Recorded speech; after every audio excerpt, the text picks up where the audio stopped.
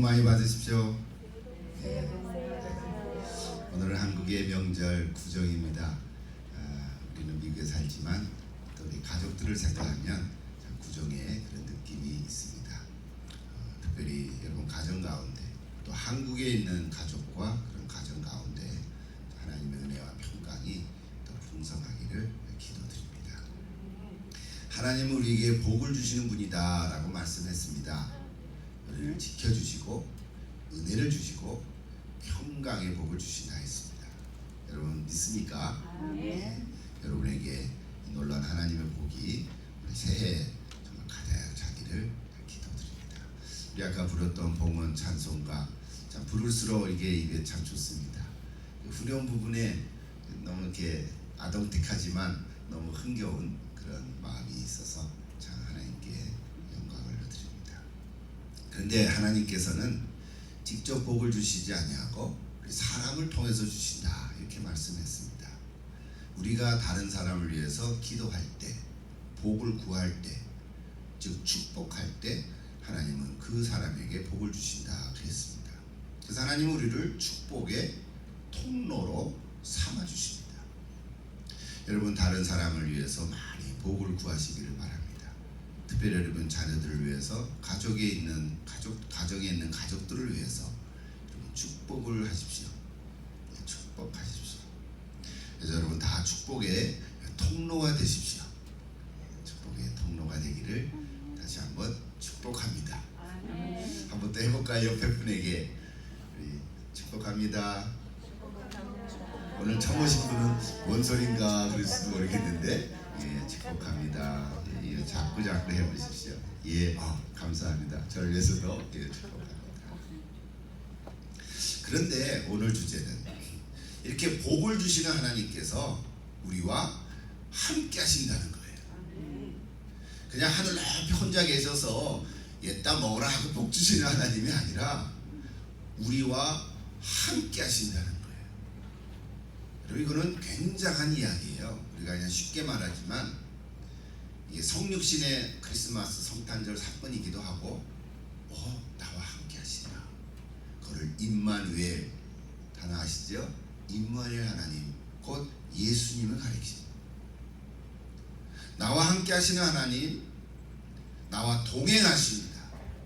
그걸 임재하신다 그럽니다.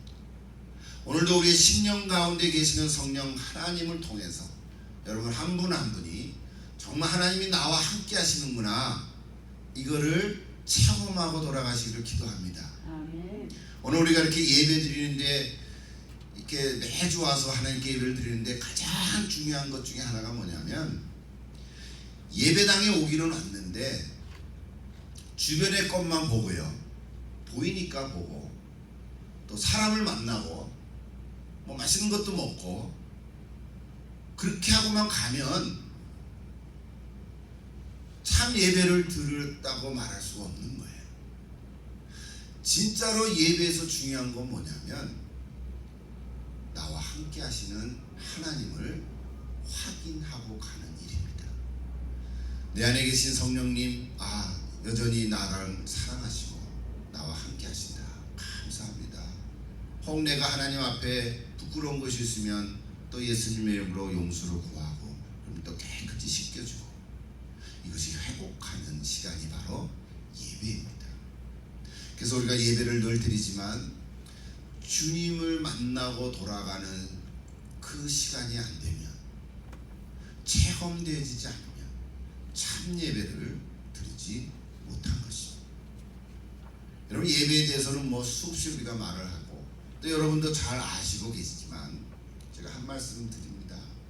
예수님께서 야곱의 우물가에서 만난 사마리아 여자와 대화하는 가운데서 우리에게 아주 놀라운 메시지를 전해주셨습니다. 그것이 요한복음 4장에 나오는데요. 몇 절만 제가 소개를 하겠습니다. 물 좀 달라고 예수님이 시작한 대화가 내가 주는 물을 먹는 자는 영원히 목마르지 아니하리라. 그랬더니 그 여자가 그런 물이 있습니까? 그걸 좀 달라고. 그때 예수님이 뭐라 하셨어요? 남편을 불러라. 그래서 그 여자는 예수님이 보통 사람이 아니라 선지자인 것을 생각하고 그때부터 예배에 대한 주제를 이야기하기 시작했어요. 그것이 오늘 4장 20절에 나옵니다. 그 여자가 이렇게 말합니다. 우리 조상들은, 즉 사마리아 사람들이죠, 우리 조상들은 이 산에서 예배하였는데, 게르심산, 그리심산이라 그러는데, 이 산에서 예배하였는데 당신들의 말은 예배할 곳이 예루살렘에 있다 하더이다. 예수께서 이르시되 여자여 내 말을 믿으라. 이 산에서도 말고 예루살렘에서도 말고 너희가 아버지께 예배할 때가 이르리라. 여러분, 예배에서 아주 중요한 사실은 뭐냐면 어떤 장소가 아니라 관계라고 하는 거예요. 다시 말하면 누구한테 예배하느냐, 즉 예배의 대상이 중요하다는 거죠. 오늘 저 여러분 다 아버지 하나님께 예배를 드리는 줄로 믿습니다. 아멘. 이 앞에 서서 예배를 인도하고 또 뭐 기도하고 또 찬양하고 저는 또 설교하는 이런 입장에 있지만, 저를 통해서가 아니라 아버지께 예배하는 것입니다. 만약에 여기 하나님이 여기 딱 의자 여기 있잖아요. 의자에 딱 하나님이 앉아 계시면 여러분 어떻게 생각하실 것 같아요? 아마 놀라 자빠질 분도 계실 것 같고 그분 한번 만나려고 줄 서서 학수를 할 거예요. 그러기 아니기를 얼마나 다행인지 모르겠어요. 우리 하나님은 영이시니 영으로 예배한다고 했거든요. 그래서 누구나 하나님께 예배하는 건데요. 근데 많은 사람들은 알지 못하는 신에게 예배하는 경우가 얼마나 있는지 몰라요. 알지 못하는 신, 실제로 사도행전에 나오죠. 예배하기는 하는데 막 이렇게 막 예배 형태를 가지고는 하는데 누구한테 예배하는지를 모르는 거예요. 심지어는 태양한테도 얘기하고 절하고, 돌 앞에 가서도 절하고, 나무한테 가서도 절하고, 그렇죠? 이걸 우리가 다 미신이라고 말을 표현하지만 전체를 통틀어서 알지 못하는 신에게 예배를 합니다. 그러다 보니까 재미없으니까 그 다음 사람들이 어떻게 하냐면 내가 만들어 놓은 신에게 예배를 합니다. 내가 신을 만들어 놔요. 아, 이건 너 내 신이야, 알았지? 말 잘 들어. 내가 하라는 대로 해야 돼 하고 그 신에게 예배드리고 기도도 합니다. 근데 내가 원하는 대로 안 해주면 바꿔치기 합니다. 이것이 종교이거든요. 그러나 오늘 예수 믿는 저와 여러분은 살아계신 아버지께 예배하는 줄로 믿습니다. 그래서 그 다음 절 하나만 더 소개할게요. 23절이에요. 24절 같이 한번 읽어볼까요? 아버지께 참되게 예배하는 자들은 영과 진리로 예배할 때가 오나니 곧 이때라. 아버지께서는 자기에게 이렇게 예배하는 자들을 찾으시느니라. 하나님은 영이시니 예배하는 자가 영과 진리로 예배할지니라. 아멘. 그럼 저 구절은 꼭 기억하십시오. 4장 23절 4절은 꼭 기억하십시오. 하나님은 영이시니 예배하는 자가 영과 진리로 예배할지니라. 오늘 이렇게 앞에 서론으로 말씀을 드렸지만 예수님께서는 예배의 본질을 분명하게 말씀해 주셨어요. 예배는 아버지께 드리는 것이고 영과 진리로 예배하는 것입니다. 여러분 두 가지를 꼭 기억하십시오. 오늘도 우리가 주님 앞에 와서 예배를 드리는데, 그래서 이렇게 하기 위해서는 온 마음으로 준비를 좀 하는 게 필요합니다. 그래서 적어도 한 10분 전에 오셔서 이 두 가지를 마음속에 새겨서 기도로 준비하십시오. 오늘도 나와 함께 하신 하나님 감사합니다. 오늘도 예배드리는 동안 내가 영으로 예배할 수 있도록 저를 다스려 주시옵소서. 그리고 아버지께 예배할 수 있도록 도와주시옵소서. 이렇게 여러분 기도로 준비할 수 있기를 바랍니다. 이것이 오늘 예배 공동체에서 주시는 하나님의 말씀이에요. 자, 오늘은 두 번째 주제인데, 그런 하나님께 예배하는 저희들에게 하나님은 우리에게 어떤 복을 주시냐면 동행하신다 그래요. 동행하신다. 이런 동행이라는 말은 뭐 어렵지 않죠. 함께 하신다 그런 뜻이에요. 함께 하신다. 하나님께서 우리 함께 하신다는 말씀은 우리에게 큰 힘과 용기를 주십니다. 그래서 임마누엘인데요. 임마누엘 하나님의 은혜, 그것이 사랑이고 성도들이 누릴 특권입니다. 여러분 가정이 다 임마누엘 가정이 되기를 기도합니다. 저희 먼저 띄워줬는데요. 자, 오늘 본문은 여전히 광야에서 일어났던 말씀들인데 먼저 민수기 10장 11절 하나 소개하려고 그래요. 오늘은 29절부터 봤지만, 자, 민수기 11장이 저렇게 되어 있어요. 둘째 해 둘째 달 스무 날에 구름이 증거의 성막에 떠오름에 이스라엘 자손이 시내 광야에서 출발하여 자기 길을 가더니 파란 광야에서 구름이 머무니라 그랬어요. 여기 10장 11절에 둘째 해 둘째 달 스무 날, 저게 뭔가요? 출애굽을 한 기준으로 봤을 때 두 번째 해를 얘기하는 거예요. 근데 우리 학자들이 조사를 해서 실제로 떠난 날을 그러니까 BC 1461년 1월 15일 날 떠났다 그래요. 1월이 니산월이거든요. 1월 보름. 이걸 또 어떤 학자들이 컴퓨터로 쫙 조사해가지고 현대 양력으로 계산해 보니까 BC 1461년 3월 27일이 된다 그러더라고요. 저거는 기억할 필요 없고요. 1461년 1월 15일 그날 떠났는데 두 번째 해 두 번째 달 20달이니까 제2년 2달 20일 날 뭘 했냐면 이제 시내 광야에서 출발을 한 거예요. 애굽에서 막 떠날 땐 정신이 없었겠죠, 그죠? 홍해도 건너가고 좌충우돌하고 그러다가 먹을 게 없어서 먹을 것도 먹고 물도 막 내고 그러다가 어디까지 왔냐면 이제 시내산까지 왔어요. 그때 거리가 길진 않았지만 거의 한 3개월 정도 걸렸다 그래요. 그리고 시내산에서 한 1년 만짓하게 1년 좀 모자른 게 머물렀어요. 그리고 나서 오늘 여기 이제 시내 광야를 출발해서 길을 가기 시작한 거예요. 그래서 이 날은 참 귀한 날이에요. 기념될 만한 날이에요. 물론 출애굽을 떠난 날도 굉장히 중요한 거죠. 그래서 6월절을 늘 이스라엘 백성들이 생각하지만 여기 오늘 특히 민수기 10장에 나오는 이 얘기는 시내 광야를 출발해서 어디로 가요? 가나안으로 가기 시작한 거예요. 야, 이제 가자. 하나님이 가나안으로 적과 우리를 가나안으로 우리를 인도하시니까 이제 가자. 이들은 어떻게 생각했냐면 한 달이면 도착할 줄 알았어요. 사실은. 근데 우리는 다 성경을 이미 아니까 몇 년 걸렸죠? 40년 조금, 그러니까 다 합해서 40년 한 38년 이상 걸린 거예요. 그 얘기들이 쓰여진 게 이제 민수기에 있는 얘기인데 그걸 뭐 자세하게 다 쓰지를 못했지만 전체 흐름을 쓴 거예요. 그래서 오늘 우리가 지금 생각하려고 하는 순서는 뭐였냐면 본문은 민수기 10장 11절부터 쭉 28절까지 보면 이제 유다 지파로부터 시작했어요. 그래서 12지파가 차례대로 이렇게 쭉 떠났습니다. 여러분 그 광경을 한번 얼마나 굉장했을까요? 기록으로는 남종만 60만이니까 여자들하고 아이들 다 한 200만 된다 그러거든요. 200만의 유대인들이 그 항로를 해가지고 쫙 떠나는 그거 굉장할 거예요. 야, 이제 가자.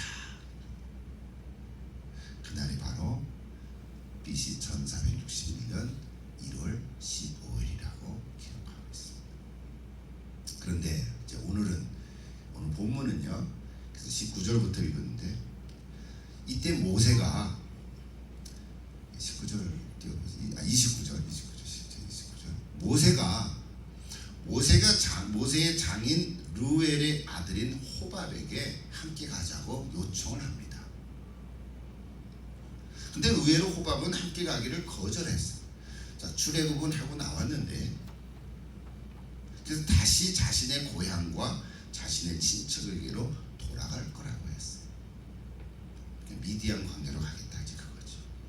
이게 호밥이 누구냐면 모세의 처남인데 손위 처남이래요. 그러니까 자기 아내 시보라의 오빠가 되는 거죠. 그래서 한 번 더 예를 갖추고 간청했습니다. 그것이 31절인데요. 모세가 이르되 청하건대 우리를 떠나지 마소서. 당신은 우리가 광야에서 어떻게 진칠지를 아나니 우리의 눈이입니다. 눈입니다. 눈이 되리이다. 그러니까 눈이 될 수 있습니다. 이런 얘기. 우리가 동행하면 하나님께서 복을 내리시는 대로 여러 당신에게도 복을 내릴 것입니다. 이렇게 말씀했어요. 자, 오늘 구절만 딱 떼서 보십시오. 그래도 모세가 지도자인데, 그죠? 아무리 자기 손이 처남이라도 호밥에게 함께 갑시다. 그러면 좀 가기 싫어도 예, 알겠습니다. 이래야 되지 않아요? 그런데 뭐라 그랬어 오늘? 저는 안 가겠습니다. 거절을 한 거예요. 그러니까 모세가 한 번 더 이렇게 예를 갖춰서 좀 얘기하는 게 31절에 그게 우리를 떠나지 마소서. 그 다음 중요한 얘기예요. 당신은 우리가 광야에서 어떻게 진칠지를 아나니 우리의 눈이 되리이다. 저 말씀을 언제 한 거냐면 아까 얘기했지만 시내 광야에서 떠나서 지금 바란 광야까지 왔거든요. 그러니까 한 차례 행진하고 그 다음에 한 차례 다시 천막을 친 거예요. 그 상황을 이해하시죠? 자, 이제 한 차례 시내 광야에서 야 이제 가자, 이제 항로를 다 정렬하고 그 전까지는 막 정신없이 왔단 말이에요. 그래서 이제 거기 한 1년을 머물면서 이제 자 점검도 하고 자 이제 누구 어디서부터 떠나고 유다 지파부터 다 이렇게 준비를 하고 가자 하고 이제 시작을 한 거거든요. 깃발을 올리고 간 거 얼마나 그냥 신났겠습니까? 이제 가나안으로 가는 거다. 이제 자유의 땅을 하나님이 우리에게 주신 땅으로 가자. 그랬는데 이제 바람 광야에서 구름이 딱 멈췄단 말이에요. 더 이상 안 가고 좀 실례나 보다 하고 이제 거기에 멈췄는데 그때 모세가 호밥에게 가가지고 같이 갑시다. 그러면서 하는 말이 당신은 이 광야에 눈이 될 것이다. 눈이 된다는 말은 뭐예요? 이 광야를 너무 잘 아는 거예요. 여러분 모세도 사실은 40세부터 이제 미디안에 와서 도망친 거죠 사실은. 그래서 시보라와 결혼해서 양을 치면서 40년을 지냈죠. 출애굽기 앞에 보면 40년은 그냥 휙 지나간 거예요. 그러니까 모세도 40년 양을 치면서 그 광야를 여기서 다 돌아다녔을 거 아니에요. 그러니까 길을 잘 알 거라고 봐요. 그런데 이 호밥이라는 사람은 모세랑은 전혀 차원이 다른 사람이에요. 모세는 왕궁에서 살다가 그냥 광야에 와서 조금 한 40년이지만 그래도 조금 광야 생활을 한 정도인데 이 호밥은 태어날 때부터 광야 사람이거든. 그러니까 광야길을 더 잘 아는 거예요. 어디에서 진을 쳐야 될지, 어디에 물이 좀 있는지, 또 요건 피해서 어디로 가야 될지를 다 아는 거예요. 여러분 광야는 지도가 필요가 없잖아요. 광야는 지도가 없죠.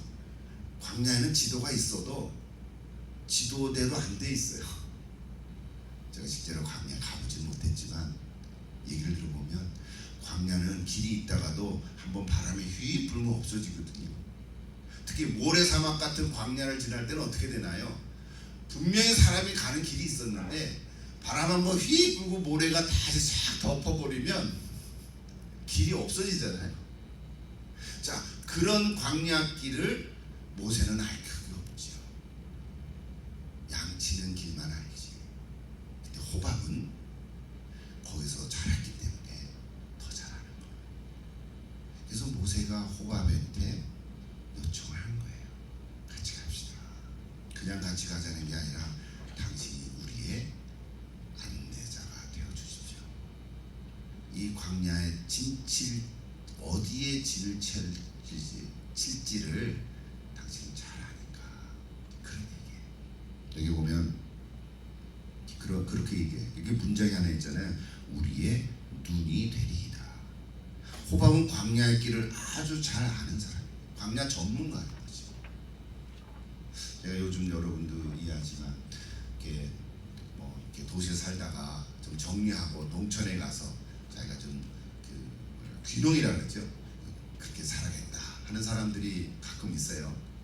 근데 그 사람들이 거기서 적응을 못하고 다시 돌아오는 거예요. 왜 그래요? 이게 보통 쉬운 일이 아닌 거잖아요. 혹 그렇게 해서 잘 성공한 사람이 있다 하더라도 그 사람들하고 태어날 때부터 농사꾼의 아들로 태어난 사람하고는 비교가 안 되죠. 그렇지 않습니까? 태어날 때부터 농사꾼은 몸에 배인 건데 내가 가서 어느 정도 적응을 했다 그래도 그거는 차원이 다른 거예요. 마치 모세와 호밥이 그런 정도인 거예요. 그래서 모세는 지금 처남에게 이 얘기를 부탁하는 거예요. 우리 광야길에 안내자가 되어달라고.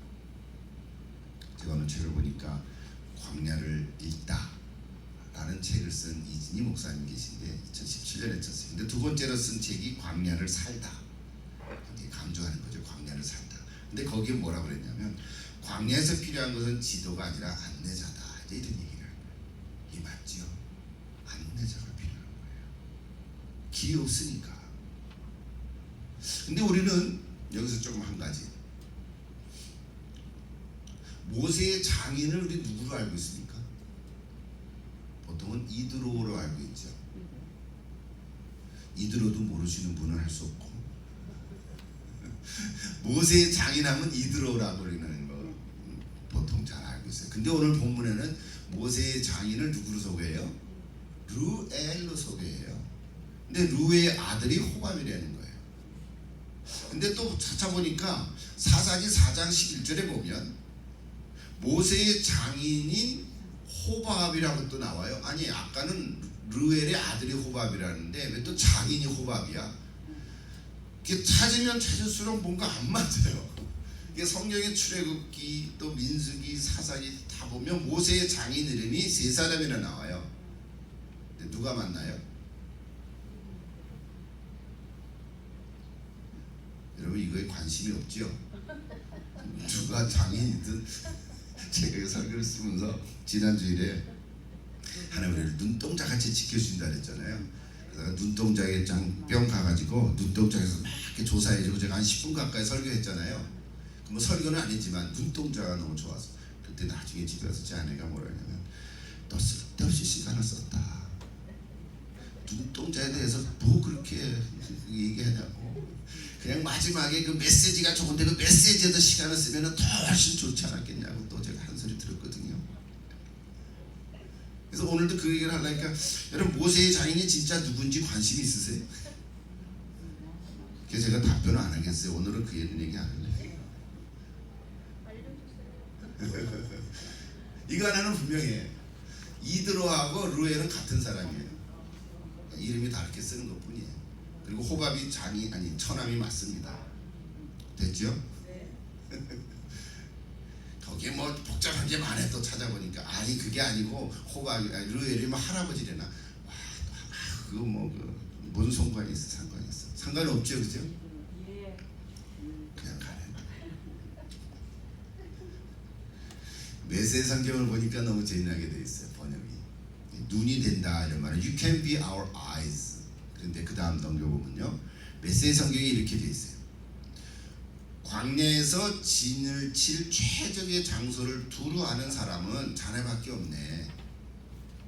우리에게는 자네의 안목이 필요하네. 아 너무 번역이 현대말로 잘 됐죠. 자 호밥이 어떻게 됐을까요? 함께 갔을까요? 아니면 안 돌아갔을까요? 민수기에 딱 그게 갔다 안 갔다 또 발이 없어. 이것도 관심 있으세요? 근데 아까 했던 사사기 4장 11절에 보면요 이렇게 돼 있어요. 모세의 장인, 그때 장인으로 나오지. 이게 이제 처남인데 호밥 처남으로 알면 되는데요. 그러니까 호밥의 자손 중 겐 사람 헤벨이 자기 족속을 떠나 게데스에 가까운 시아나님 상수의 나무 곁에 이르러. 다 몰라도 되는데 그 다음 뭐예요? 장막을 쳤더라. 누가? 호밥의 자손들이. 그럼 어떻게 했다는 거예요? 갔다는 거야? 안 갔다는 거예요? 갔다는 거지. 함께 갔다는 거지. 그러면 민수기 거기에서도 모세가 말씀하니까 제가 가겠습니다. 아마 그런 거 한 구절 써놓지.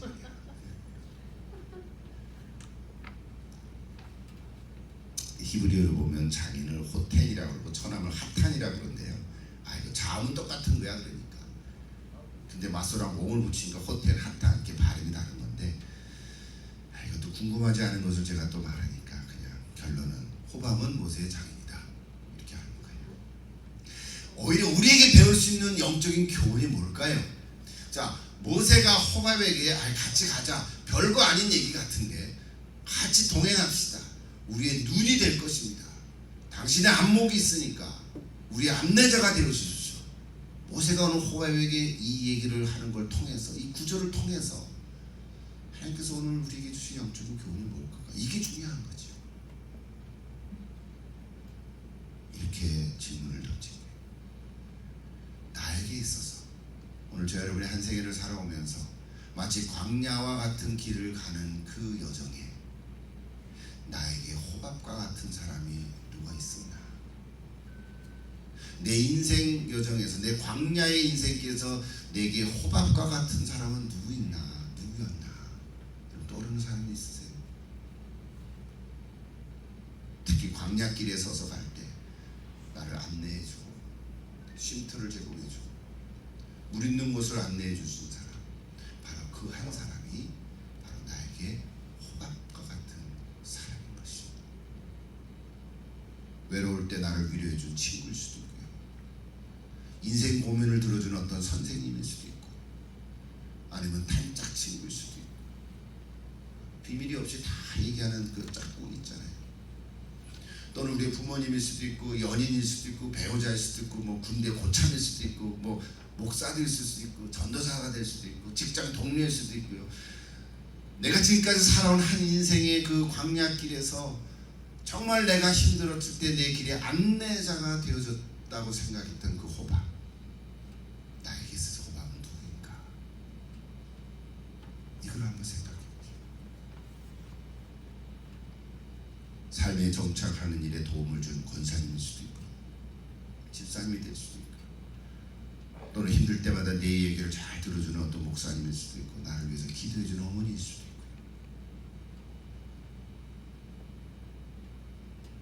오래된 제 얘기 하나 잠깐 하고 넘어갈게요.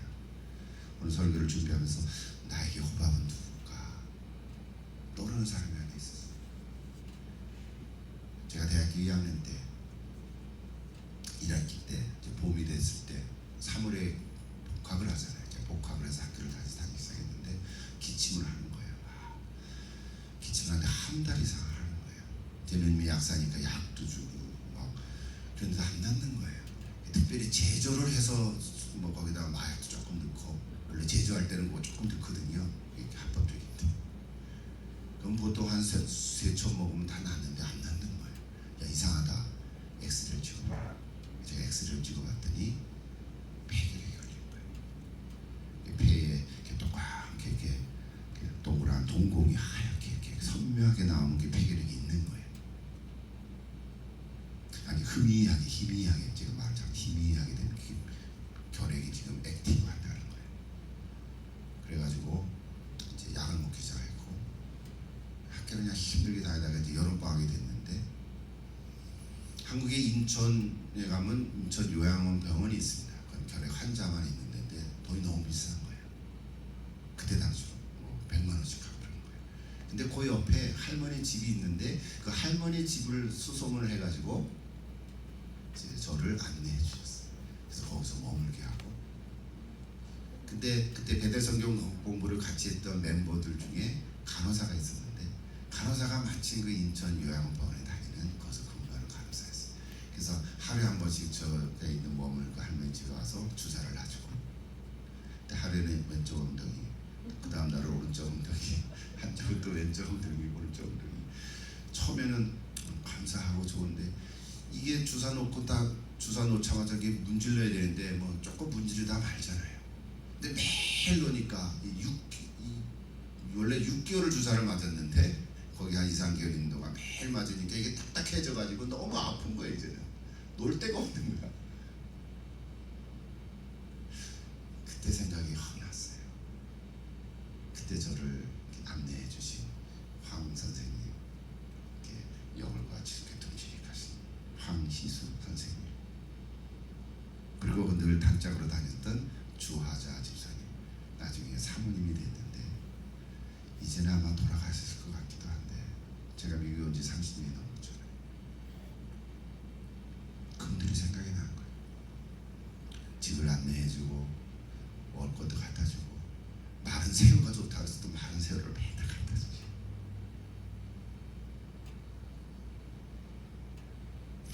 그분들이 그때 당시 제가 외롭고 병든 광야의 길에 저에게는 참 호밥에 되셨어요. 호밥과 같은 분 되시고, 군대 생활할 때는 제 작은 누님이 호밥이었고, 또 인생의 진로를 놓고 함께 중보로 기도했던 기도의 동역자, 지금은 제 아내가 된 피아니스트, 그때 그 선택의 광야길에서 나의 호밥이 되어주셨어요. 여러분의 호밥은 누구입니까? 그 다음 눌러보세요. 질문을 던진 거예요. 하나 더. 하나 더. 네. 나의 광야길에 있어서 그때 나의 호밥은 누구였는지 여러분들 생각해 보십시오. 여러분에게도 많이 있을 거예요. 하나 더 눌러보세요. 이제는 나에게 호밥이 누구였는가에서부터 이제는 내가 누군가의 호밥이 되어주기를 바랍니다. 이제 우리가 인생을 많이 살아왔잖아요. 나에게 호밥이 되어주는 분을 생각하니까 고맙고, 근데 이미 먼저 세상을 떠난 경우도 많고, 이제는 내가 광야길에 서 있는 그 어떤 사람에게 나는 호밥이 되어줄 의향이 있는가 묻는 거예요. 여러분, 호밥이 되어주기를 바랍니다. 한번 해보십시오. 근데 그거는 그렇게 쉬운 건 아니에요. 누군가에게 호밥이 되어준다는 것은 쉬운 일은 아니에요. 오늘 모세는 이스라엘 백성들이 끌고 신의 광야를 떠나서 바란 광야에 머물고 나서, 야, 이게 보통이 어려운 일이 아니구나. 이게 모세가 그런 말은 안 썼지만, 야, 이게 신의 광야에서 떠나서 바란 광야를 한 번 왔는데 이게 보통 일이 아니다. 이게. 여러분 생각해 보세요. 몇백 명을 몰고 가는 것도 쉬운 일이 아닌데 60만 애들까지 120만을 몰고 가는데 이게 가능한 일이에요? 다 일로 가야 되는데 절로 빠지는 분도 있고, 뭐 별일이 얼마나 많았겠어요, 그죠? 가는 길에 아기 낳는 경우도 있고, 가는 길에 세상 떠나는 사람도 있었을 거고. 그래서 호밥을 광야에 안내자를 요청했잖아요. 동행하자, 같이 가자. 물론 쉬운 일이 아닌지 알지만 함께 가자. 당신은 광야로 갈 안목이 필요하니까 같이 가자. 호밥이 선뜻 답을 못했지. 왜? 쉬운 일이 아닌 거 아니까. 희생을 필요로 하는 거니까. 헌신이 요청되는 거니까. 그러나 나 혼자가 아니기 때문에 저는 아직 호밥이 함께 동행했다고 믿습니다. 그래서 이름이 호밥이에요. 사랑하는 여러분, 이제 여러분은 우리 사랑의 빛교회의 호밥들입니다. 말이 좀 호밥이죠. 호박이 아니고. 힘들고 어려운 광야의 길에 서서 다시금 교회가 든든히 세워가기를 바라고, 또 한 걸음 내딛는 우리 새해 이제 1월, 오늘 특별히 구정의 이 날에 여러분 한 사람 한 사람이 우리 교회의 호밥이 되어 주십시오. 여러분을 호밥으로 초청합니다. 여러분 한 분 한 분을 가지고, 여러분 한 분 한 분을 통해서 하나님께 주신 그런 어떤 놀라운 재능, 탤런트, 안목, 사람마다 다 독특한 분이 있어요. 얼마나 감사해요. 그런 재능, 또 기도, 관심, 사랑, 이 모든 것들이 다 모아졌어요. 여러분 남은 인생 우리 주님 몸된 이 교회에 다른 사람에게 호밥이 되어 주시기를 기도합니다. 축복합니다. 여러분 한번 해보십시오. 처음에는 힘들고 어렵더라도 헌신이 요구되었지만 그 과정을 통하면 기쁨이 충만할 줄 믿습니다. 오늘 우리 권사님 한 분을 손에 잡고 오셨는데 호밥이 되어 주십시오. 이 설교 잊지 못할 거예요. 우리 강 권사님. 네. 자, 마지막으로 한번 보십시다. 마지막 오늘 본문의 33절에서 36절을 보면 중요한 메시지가 하나 되어 있어요. 33절 같이 한번 읽어보십니다. 그들이 여호와의 산에서 떠나 3일 길을 갈 때에 여호와의 언약궤가 그 3일 길에 앞서가며 그들의 쉴 곳을 찾았고. 이제 앞으로 이제 민수기를 또 계속 읽어가겠지만 지금 마태복음 다시 읽기 시작했죠. 또 4월달에 또 읽을 거예요. 또 7월달에 또 읽고. 이런 민수기를 또 한번 읽어보십시오. 하나님께서 광야길에 이 이스라엘 백성들을 어떻게 인도하시는지를 말씀해 주고 있어요. 이제 시내 광야에서 바람 광야까지 왔는데 또 떠나잖아요. 떠날 때 어떻게 했어요? 여호와의 산에서 떠날 때 3일 길을 가요. 3일 동안만 가는 건데 뭐라 그랬어요? 언약궤가 그 3일 길에 앞서갔다 그랬어요. 언약궤가 뭐죠? 하나님의 말씀이잖아요. 십계명을 받은 그 말씀. 그 언약궤 안에 모세의 나중에 쌍난 지팡이도 넣고요, 나중에 만나 항아리도 넣고, 그게 언약궤 안에 그 세 가지가 들어있는 거잖아요.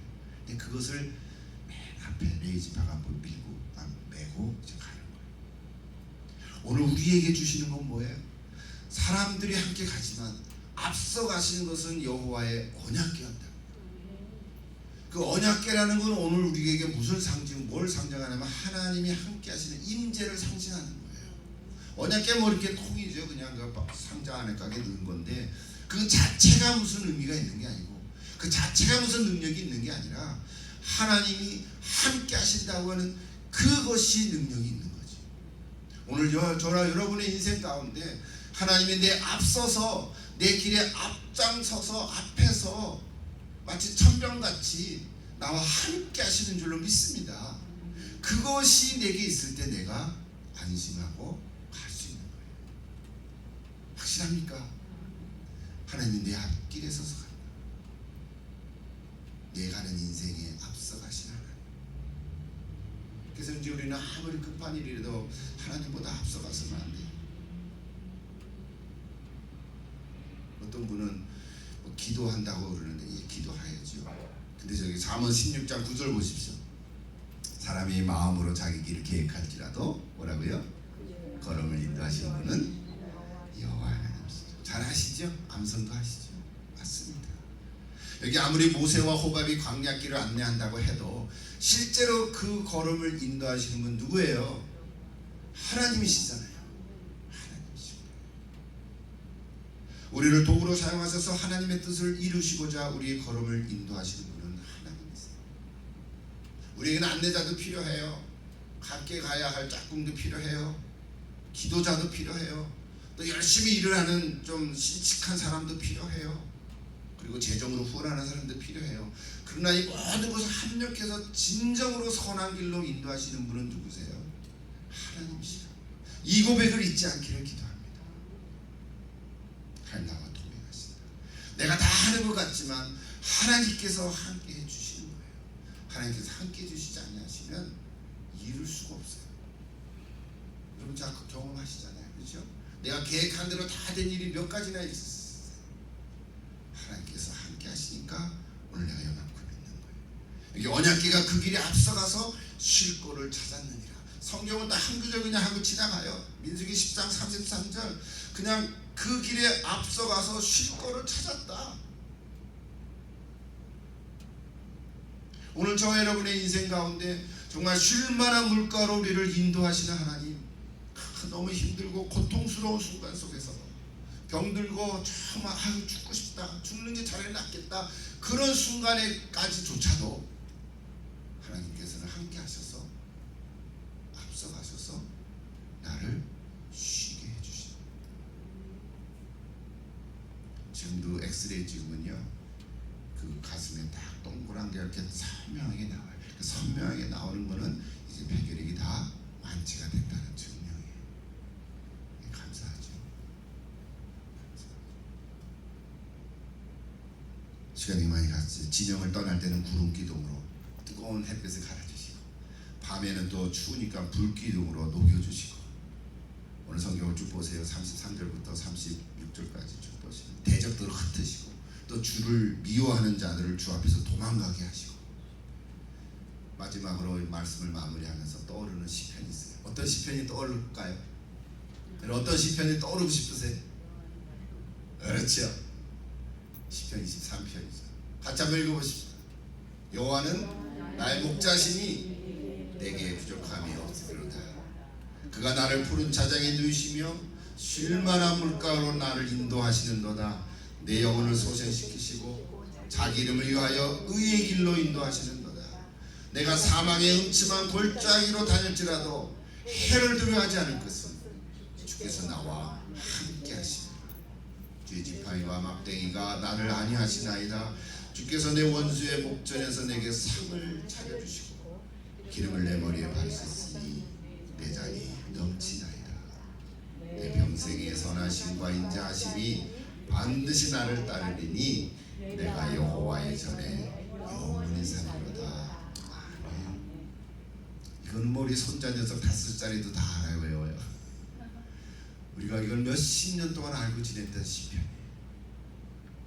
그러나 저 시편 23편 다윗의 고백의 그 한 절 한 절의 내용은 오늘 저와 여러분의 인생 가운데 다 하나씩 묻어져 있는 줄로 믿습니다. 특별히 사망의 음침한 골짜기 그걸 광야로 바꿔보세요. 내가 죽을 것 같은 그 외롭고 컴컴한, 정말 이제는 사람 만나고 싶지도 않고 이제는 일이 손에 잡히지도 않고 이게 뭔가 이루는 것도 아무것도 없는 것 같고 그런 골짜기 광야, 그런 골짜기 광야를 지날 때에도 뭐라 그래요? 하나님이 나와 함께 하신다. 그래서 내가 두려워하지 않는다. 사망의 음침한 골짜기로 다닐지라도 해를 두려워하지 않을 것은 그 이유가 뭐예요? 주께서 나와 함께 하신다. 여러분의 삶의 상황을 제가 자세히 잘 모르지만 지나간 일도 있을 수 있고 현재도 있을 수 있고 그런 광야 골짜기 속에서도 하나님이 나와 함께 하신다. 그것만 있으면 두려워할 필요가 없어요. 왜 함께 하십니까? 쉴만한 물가로 인도하시고 푸른 풀밭으로 인도하신다 그랬어요. 죽을 것 같은 음침한 골짜기 지날 때도 하나님 왜 내게 이런 고통의 길로 인도하십니까? 하고 낙심하고 힘들어할 때에도 그때도 하나님 나와 함께 하신다. 이 사실을 잊지 않고 떠오르게 하시고 그래서 그 믿음을 가지고 있을 때 나는 두려워하지 않습니다. 확실합니까? 예. 주의 지팡이로 마귀의 육을 물리쳐 주시고 주의 막대기로 갈 길을 또 인도해 주십니다. 가르쳐 주셔요. 오히려 이전보다도 사랑해 주시고 더 풍성하게 채워주세요. 광야의 길을 여전히 간다고 해도 아직 가나안에 도착하지 못했는데도 하나님은 선하심과 인자하심으로 나의 마지막 가는 길까지 인도해 가실 줄로 믿습니다. 내가 가나안에 들어가지 못한다 하더라도 그래서 마지막 6절의 고백은 뭡니까?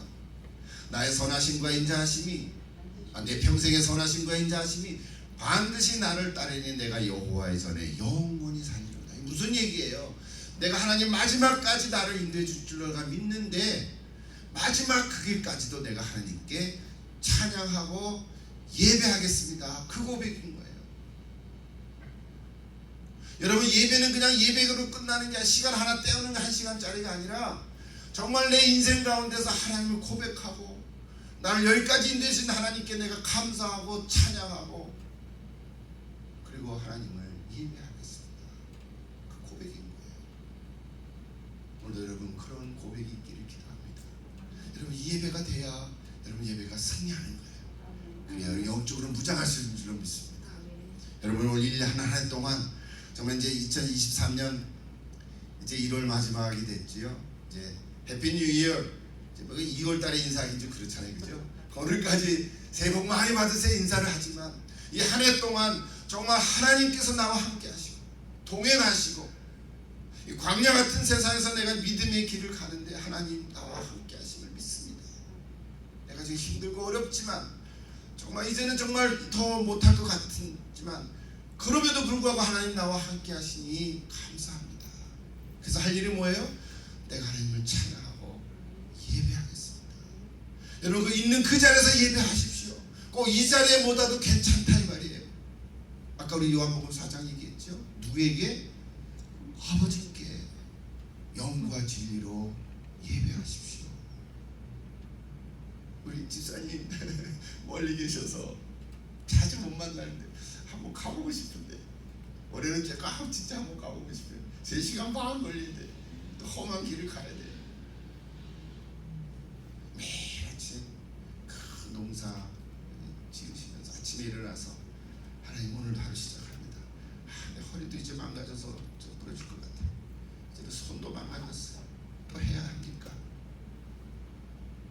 그래서 아침마다 하나님을 찬양하고 예배하십시오. 뭐 이런 순서를 다 갖춘 예배는 아닐지라도 하나님께 예배하십시오. 하나님께서 꼭 붙어주실 줄 믿습니다. 때가 되면 잘 정리해서 은퇴하시고 남은 생에 하나님께 영광된 삶으로 살아갈 줄 믿습니다. 제가 꼭 집사님 얘기해서 죄송합니다. 오늘 너무 오랜만에 또 뵈서 우리 한 사람 한 사람 다 마찬가지죠, 그죠? 내 인생 마지막 가는 그날까지 우리가 할 일은 마지막까지 하나님을 찬양하고 예배하는